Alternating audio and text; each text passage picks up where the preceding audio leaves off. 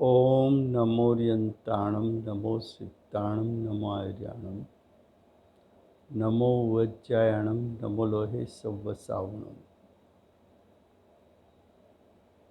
मंगलम भगवान वीरो मंगलम गौतमो गणी मंगलम कुंद कुंदार्यो जैन धर्मोस्तु मंगलम।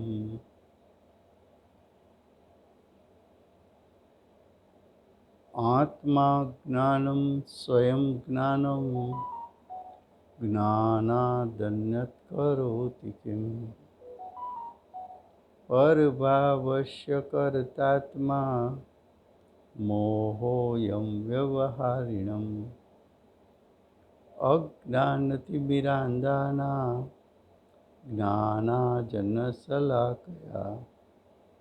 चक्षुरुन्मीलितं येन तस्मै श्रीगुरुवे नमः।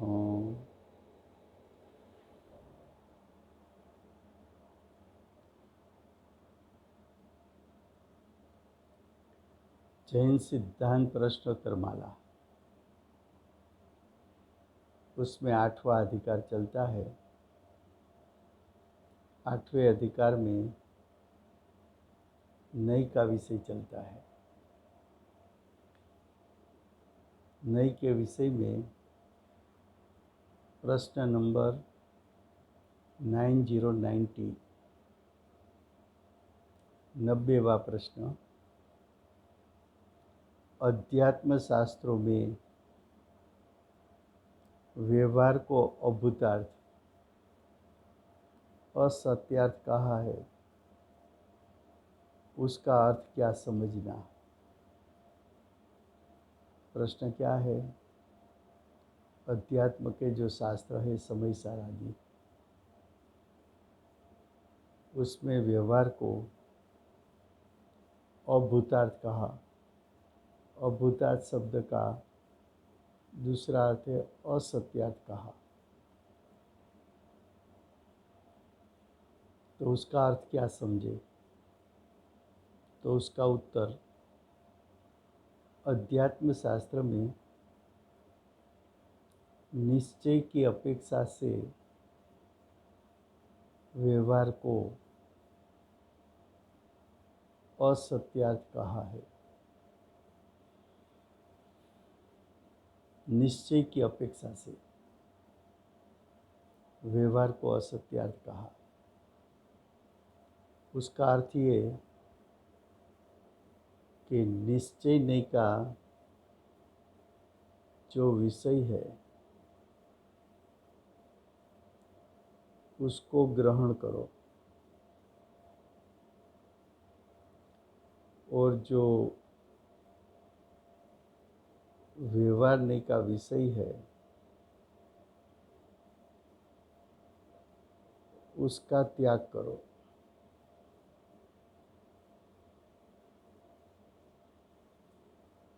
निश्चय नहीं के विषय को, निश्चय नहीं के विषय को ग्रहण करो, व्यवहार नहीं के विषय को त्यागो। तो जिसको ग्रहण कराना है उसको सत्य कहा, जो छुड़वाना है उसको व्यवहार कहा। उसका अर्थ ये नहीं कि व्यवहार नहीं है, व्यवहार नहीं भी है और व्यवहार नहीं का विषय भी है।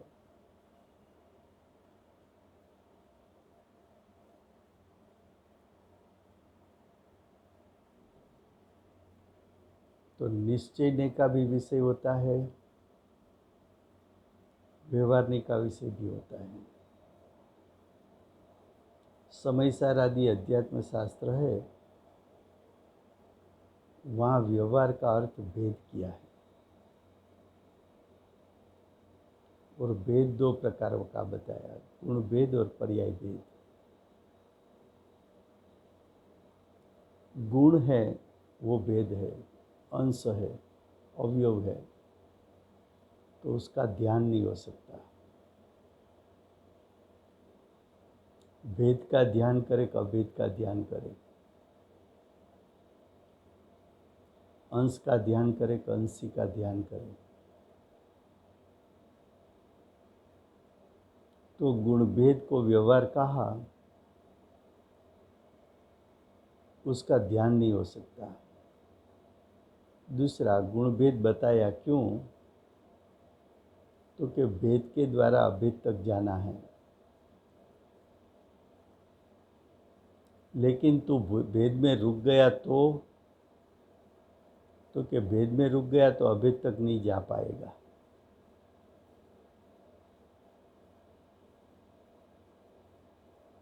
इसलिए भेद को, व्यवहार को असत्यात कहा कि वहाँ रुकना नहीं है।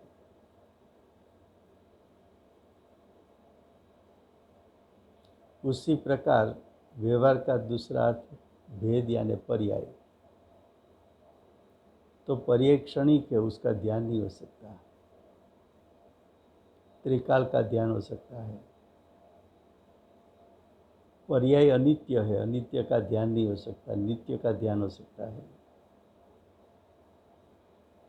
तो पर्याय का लक्ष्य करो तो वो व्यवहार है।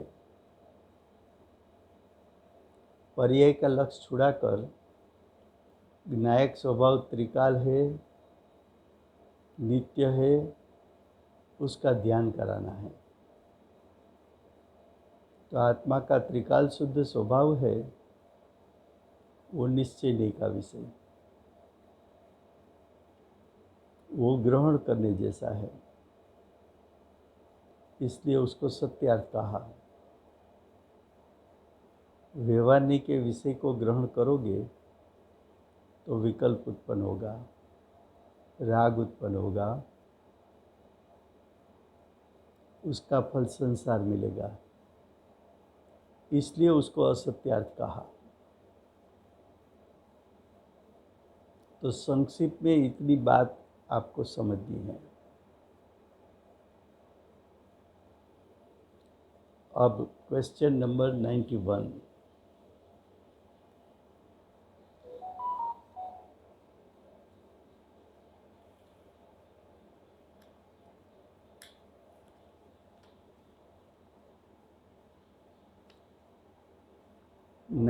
में बताया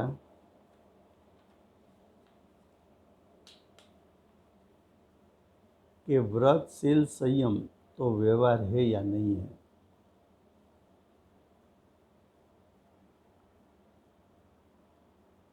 उसका उत्तर,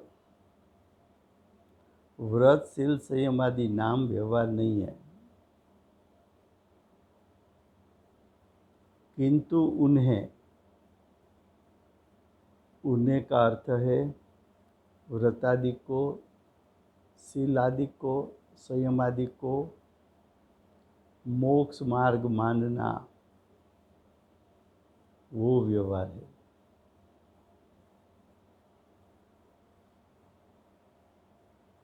ये मान्यता छोड़ दे, पूर्ण ऐसे श्रद्धांत से उन्हें तो बाह्य सहकारी जानकर उपचार से मोक्ष मार्ग कहा है,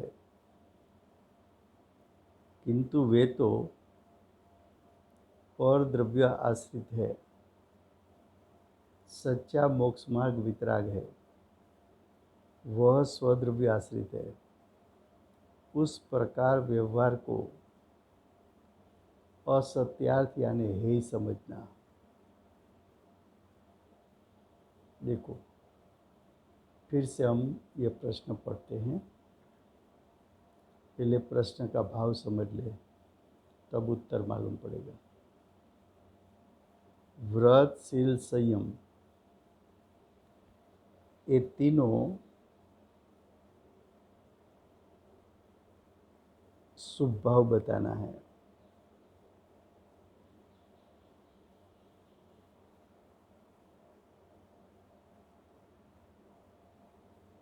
ये शुभ भाव व्यवहार है कि नहीं है। तो सामान्य न्याय से पहले आपको ये ग्रहण करना है, शुद्धता के साथ स्वभाव हो तो व्यवहार कह सकते हैं। फिर भी शुद्धता के साथ स्वभाव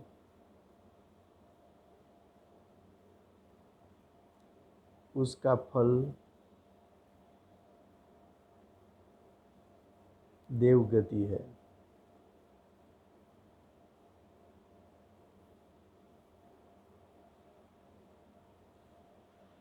तो व्रतशील संयम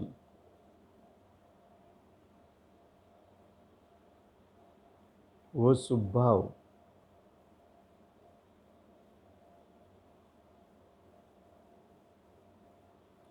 उसको मोक्ष मार्ग मानना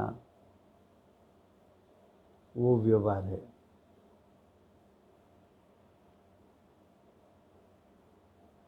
शुद्धता के साथ व्रतशील संयम का स्वभाव उसको व्यवहार कहा है, उसको व्यवहार मोक्ष मार्ग कहा है।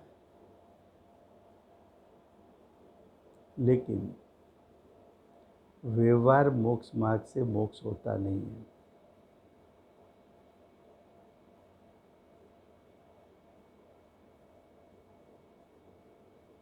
वो शुद्धता के साथ है, इसलिए उपचार किया, आरोप किया, उसको भी मोक्ष मार्ग कहा। लेकिन व्रतशील संयम उसमें पर का अवलंबन है, पराश्रित है भाव। और जो जीव का शुद्ध भाव है द्रव्य आश्रित है।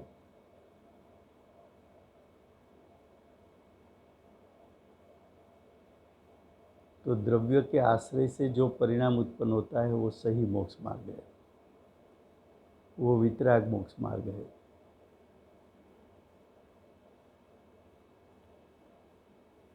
तो जो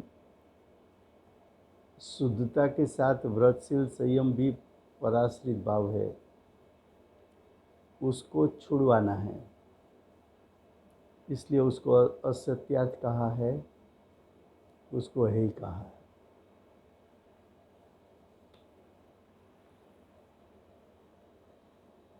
अब क्वेश्चन नंबर 92।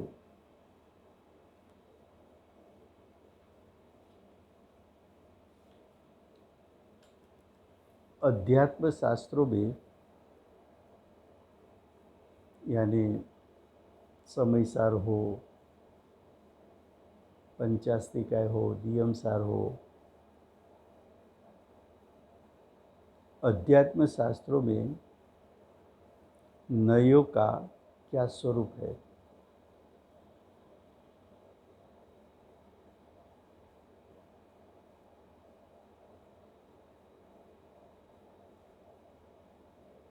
तो अध्यात्म शास्त्रों में नयों का स्वरूप क्या है? उसका उत्तर,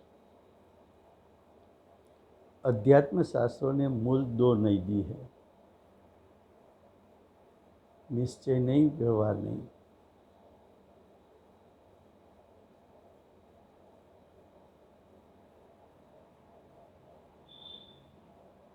निश्चय नहीं, व्यवहार नहीं।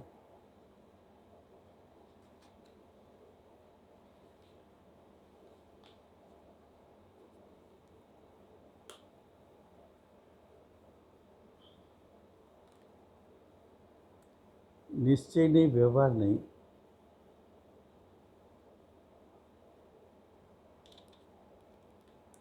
किसी ने शुद्ध निश्चय नहीं, अशुद्ध निश्चय नहीं।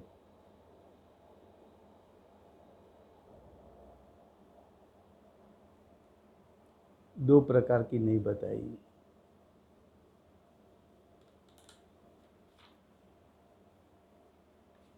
समय साथ देखो तो छठी गाथा में कहा, शुद्ध नहीं से देखा जाए तो आत्मा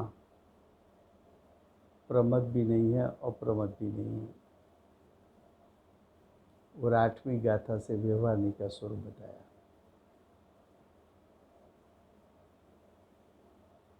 पंचास्तिका 11वीं गाथा, द्रव्यार्थिक नहीं और पर्यार्थिक नहीं।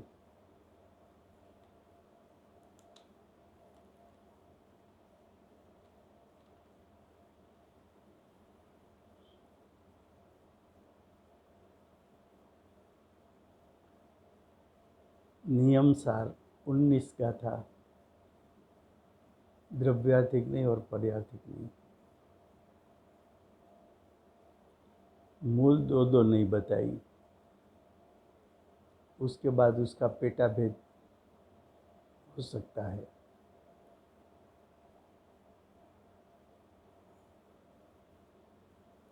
दो नहीं बताई है वहाँ समय सार में शुद्ध नहीं मुख्य है, व्यवहार नहीं गौण है।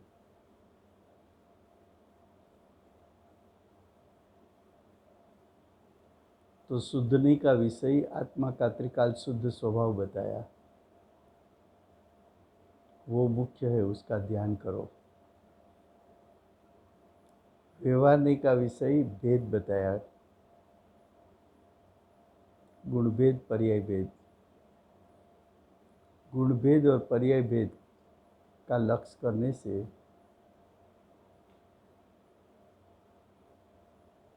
विकल्प उत्पन्न होता है।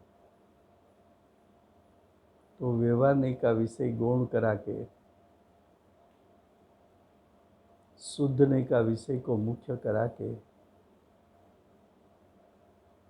गुण भेद को छुड़वा के त्रिकाल शुद्ध स्वभाव का ग्रहण यानी शुद्धनी के विषय को ग्रहण करा के सम्यक दर्शन, सम्यक ज्ञान, सम्यक चारित्र की प्रगटता होती है।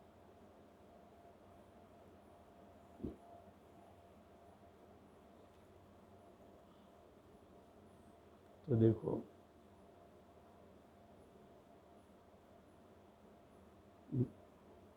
यहाँ बताया क्वेश्चन नंबर 90 में दूसरे पॉइंट में बताया, उसमें निश्चय नहीं अभेद विषय करने वाला है। निश्चय नहीं, उसका विषय अभेद, और व्यवहार नहीं,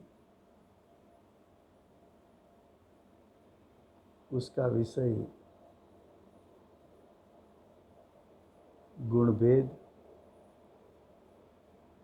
और पर्याय भेद।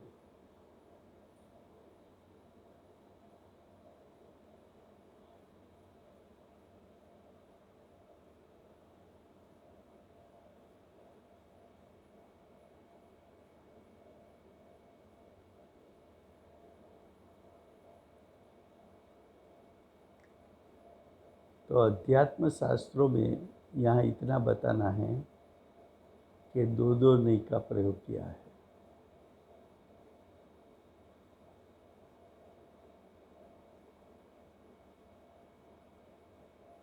शुद्ध नहीं और व्यवहार नहीं,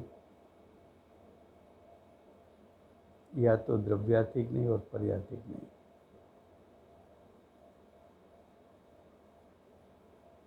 या तो निश्चय नहीं, व्यवहार नहीं। तो जहाँ जो शास्त्र है उस प्रकार अर्थ निकलेगा। यहाँ कुछ बात बताई है,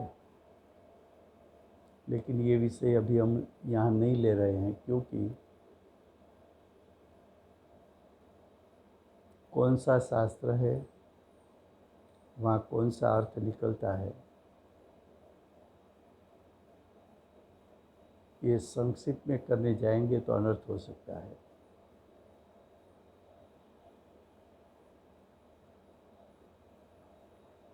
तो हम यहाँ सिर्फ देखो, व्यवहार नहीं हेडिंग दिया है क्वेश्चन नंबर 92 के उत्तर में। व्यवहारनी की अब बात बताते हैं। तो व्यवहारनी दो प्रकार की है, हम यहाँ सिर्फ उसका नाम ही बताएंगे। जब जहाँ जो शास्त्र में विषय आएगा तब उसका विश्लेषण हो सकता है। तो व्यवहारणी का दो प्रकार है,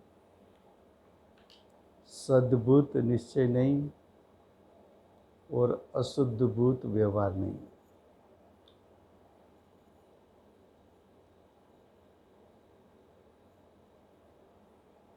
सद्भूत व्यवहारणी के दो भेद है, उपचरित और अनुपचरित। उपचरित और अनुपचरित।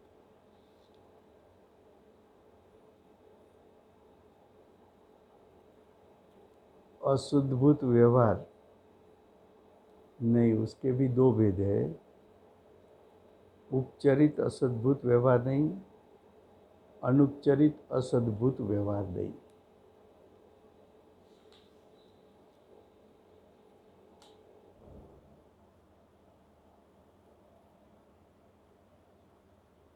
अब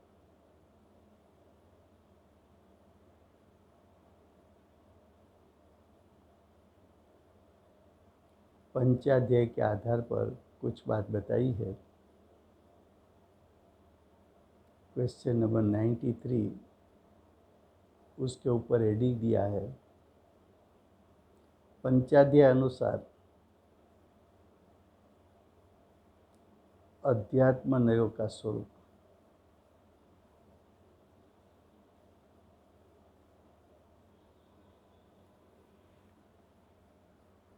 और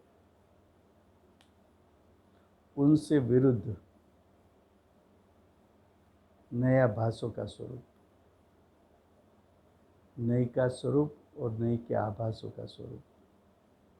नई सिर्फ साधक को होती है, नया भास अज्ञानी को होता है। परमात्मा को नई भी नहीं, नया भास भी नहीं। फिर से, सच्चा नहीं साधक को होता है, 4 से 12 गुणस्थान में। अज्ञानी को नई नहीं है, परमात्मा को भी नई नहीं है। अज्ञानी को नयों का आभास है,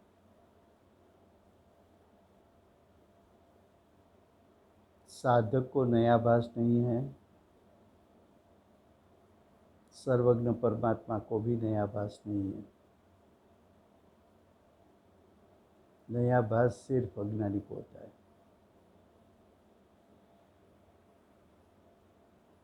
क्वेश्चन 93, सम्यक नहीं और नया भास यानी मिथ्या नहीं। नया भास का दूसरा नाम क्या है?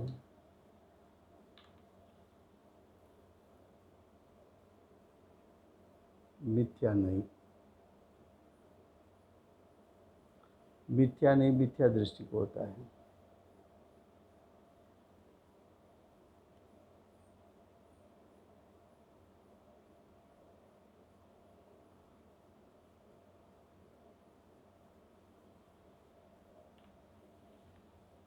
तो सम्यक नहीं और नए मिथ्या नहीं का क्या स्वरूप है? उत्तर, जो नहीं तद्गुण संविधान सहित, उदाहरण सहित, हेतु सहित और फलवान यानी प्रयोजनवान हो, वो सम्यक नहीं है।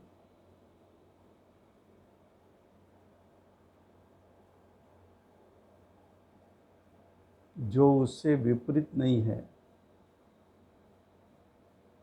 वो नया भास यानी मिथ्या नहीं है। क्योंकि पर भाव को अपना कहने से आत्मा को क्या साध्य या लाभ है? कुछ नहीं। फिर से प्रश्न क्या था? सम्यक नहीं किसको कहे? नया भास किसको कहे? सम्यक नहीं का स्वरूप क्या?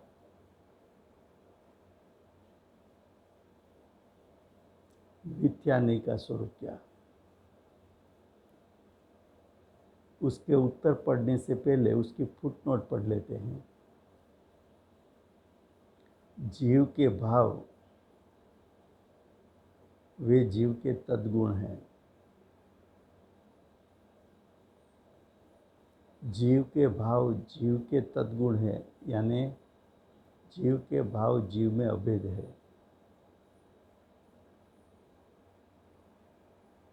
जीव के भाव जीवमयी है, उसको तद्गुण कहते हैं। पुद्गल के भाव पुद्गल के तद्गुण हैं, तो पुद्गल के भाव पुद्गल में अभेद है, पुद्गलमयी है।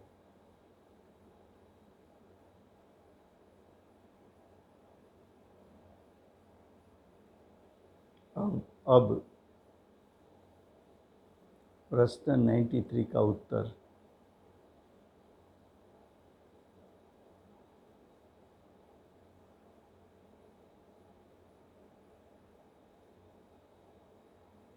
प्रश्न क्या था? फिर से सम्यक नहीं मिथ्या नहीं में अंतर क्या है?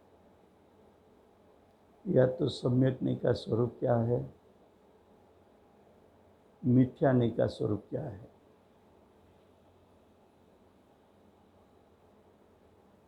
उसकी परिभाषा पढ़ने से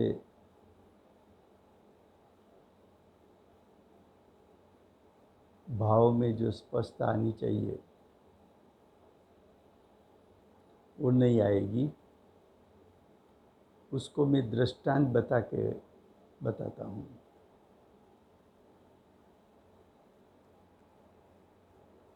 आपने नींबू का शरबत पिया, तो नींबू के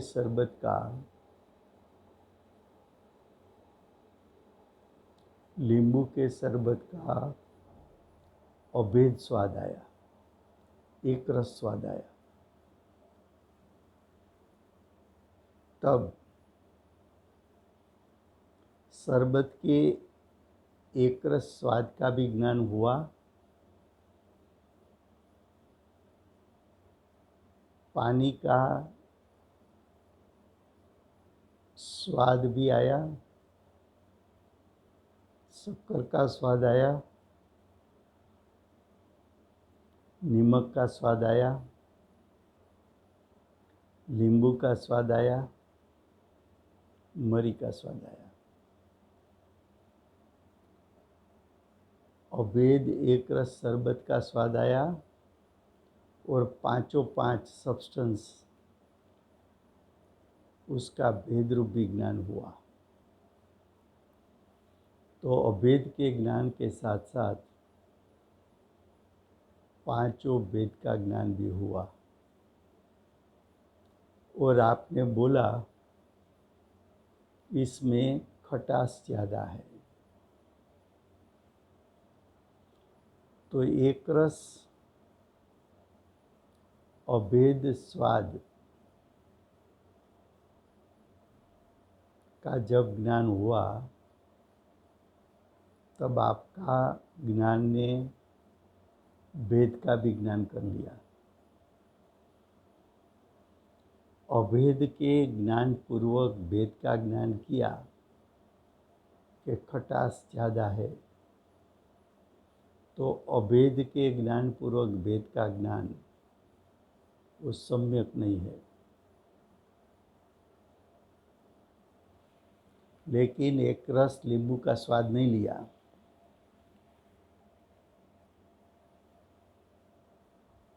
और उसके किसी एक भेद का अनुभव किए बिना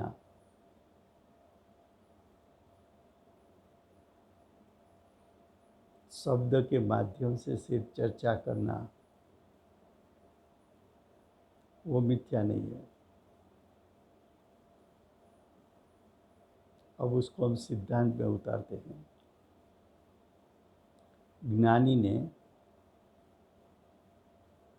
आत्मा का अनुभव किया, तब जो ज्ञान प्रगटा,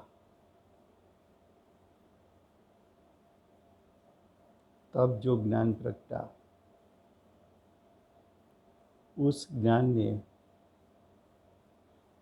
ज्ञायक स्वभाव को जाना,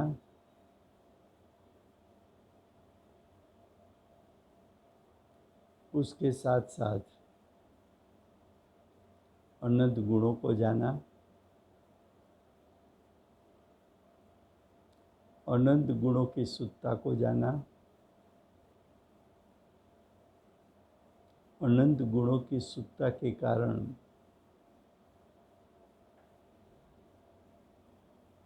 जो सुख की प्रगटता हुई उसको भी जाना। ज्ञान और सुख,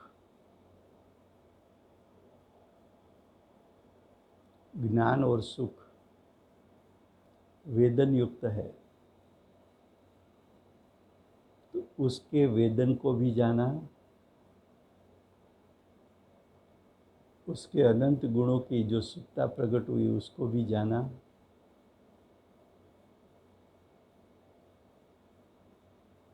जितनी अशुद्धता थी वो भी जाना, अशुद्धता के कारण जो दुख का वेदन होता है उसको भी जाना।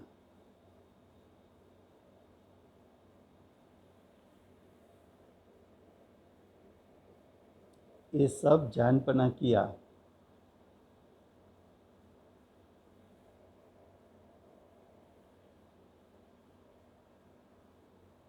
एक साथ, और युगपद ज्ञान किया, एक रस ज्ञान किया, और सविकल दशा में आकर जब वर्णन करना है तो युगपद वर्णन नहीं हो सकता। तो अनुभूति में आत्मा का अनेकांत स्वरूप जान लिया था, उसमें से एक भेद का वर्णन करना वो सम्यक नहीं है।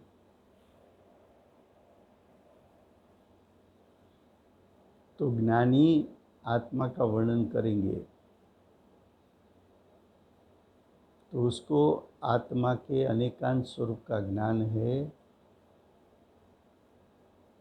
उसमें से एक भेद करके ज्ञान करना वो सम्यक नहीं है।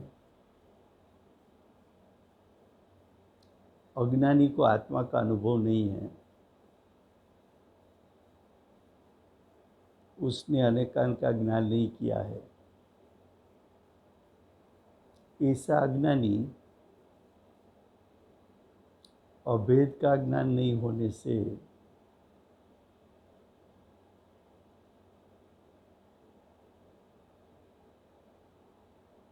अभेद का भेद का स्वरूप का वर्णन नहीं कर सकता। फिर भी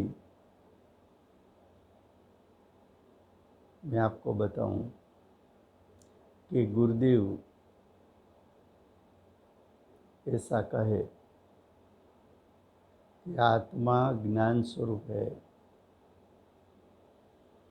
तो आत्मा ज्ञान स्वरूप है ऐसा अनुभव है, अनुभव पूर्वक उसका शब्द निकला। तो गुरुदेव आत्मा शब्द बोले और हम आत्मा शब्द बोले, उसमें अंतर है कि नहीं है? तो गुरुदेव आत्मा शब्द बोले वो अनुभव के साथ बोलते हैं, हम आत्मा शब्द बोले तो सिर्फ वो शब्द है, आत्मा का अनुभव नहीं है। तो अज्ञानी विद्वान आत्मा का वर्णन करेंगे भेद से वर्णन करेंगे, लेकिन अभेद का ज्ञान तो है नहीं, तो भेद का वर्णन अज्ञानी करे वो मिथ्या नहीं है। ज्ञानी भेद का वर्णन करे तो अभेद के ज्ञान पूर्वक भेद का वर्णन है, इसलिए वो सम्यक नहीं है।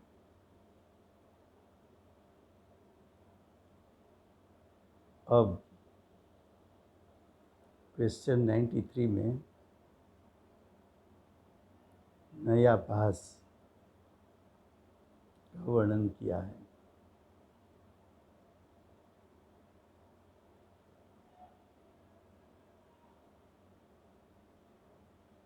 तो नया भास किसको कहे?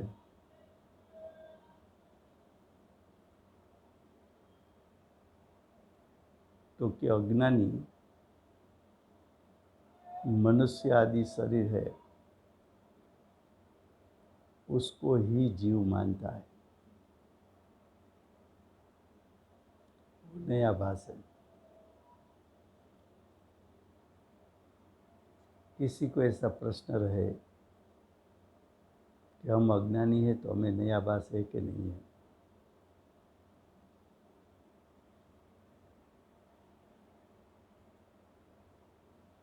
तो कि देखो अज्ञान दशा, हमारी अज्ञान दशा में 24 घंटा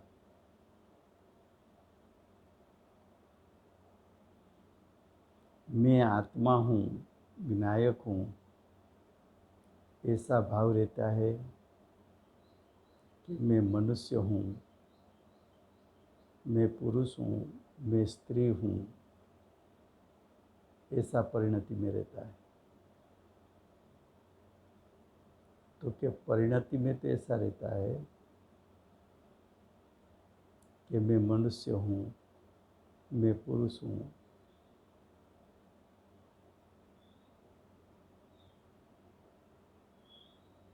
तू स्वभाव से ज्ञायक हो कि तू मनुष्य हो, तू स्वभाव से ज्ञायक हो कि तू पुरुष हो,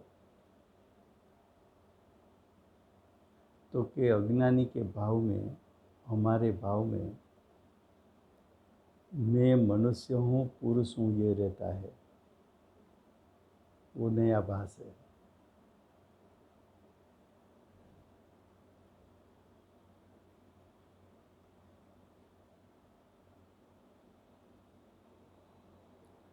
अंतरंग में परिणति ऐसी रहनी चाहिए, जब ज्ञानी सम्यक दर्शन हो गया, सम्यक ज्ञान हो गया, सम्यक चारित्र प्रकट हो गया, अब ज्ञानी को मैं मनुष्य हूँ कि मैं पुरुष हूँ ऐसा नहीं रहता, अंदर से रहता है मैं ज्ञायक हूँ। उसकी परिणति में मैं ज्ञायक हूँ, ज्ञायक हूँ, ज्ञायक हूँ, ये परिणति छूटती नहीं है। भले सविकल दशा में आए, जैसा कि हम बिजनेस का कार्य कर रहे हैं, फिर भी हमारी लब्धरूप परिणति में मैं पुरुष हूँ ये भाव छूटेगा नहीं, मैं मनुष्य हूँ ये भाव छूटेगा नहीं। उसी प्रकार ज्ञानी को मैं सम्यक ज्ञानी हूँ, मैं ज्ञायक हूँ, मैं शुद्ध हूँ, मैं परिपूर्ण हूँ, ये परिणति में से छूटेगा नहीं।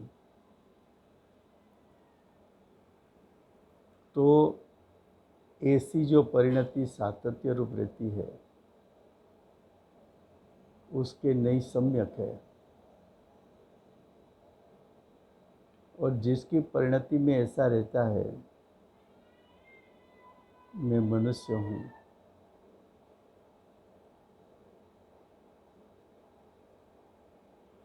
मनुष्य आदि शरीर है वे ही जीव है, ऐसा रहता है, उसको नहीं आभास है। ये संक्षिप्त में हमने समझाया, वो भाव को पकड़ के रखना। हम यहाँ तक रखते हैं।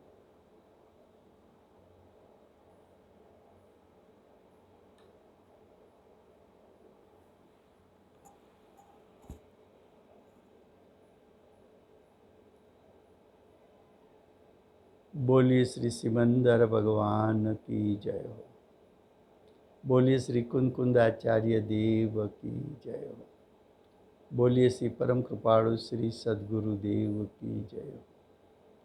बोलिए प्रसन्न मूर्ति भगवती मात की जय हो। बोलिए श्री अष्ट जिनवाणी मात की जय हो। बोलिए श्री दिगंबर जैन धर्म की जय हो। समय हुआ है।